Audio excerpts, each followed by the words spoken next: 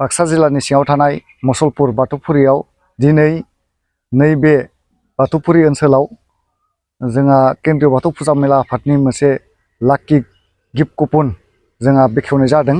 बे बेखेवनाय थांखियानो जाबाय जोंहा देग्लाय जोंनि बे बाथौ फुजा मेलाया फैयै फैयै देग्लाय 50 बोसोर एबा सनाथि फोरबोमा जागोन।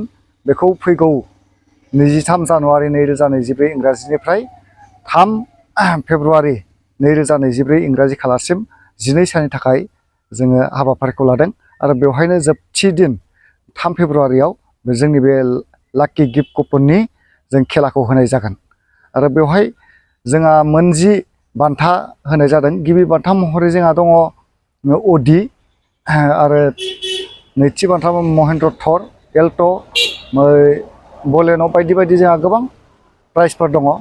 बेनिखायनो जायफोर नोंथांमोना जोंनि बे बाथौ धोरोमखौ अनसायनानै जोंखौ नोंथांमोना हेफाजाब होनो सानदों बिथांमोना गांफा गांफा टिकेट लानानै जोंखौ सहाय होनो थाखाय आं बयनिसिमबो आफादनि जानानै खावलायहरनाय जाबाय।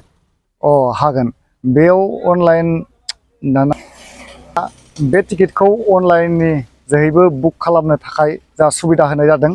बेखौ जोंहा नैबे स्क्रिनाव होनाय नाम्बाराव नोंथांमोना बेखौ बुक खालामहरब्लानो अनलाइननि जोहै जोंनि बे टिकेटखौ नोंथांमोना मोननो हागोन आरो टिकेटनि प्राइसआ जाबाय 100 रां आरो बुक खेलाबो जागोन। जोंहा बुक नाम्बाराव जोंहा 3 प्राइस लाखिदों आरो बेखिनियानो।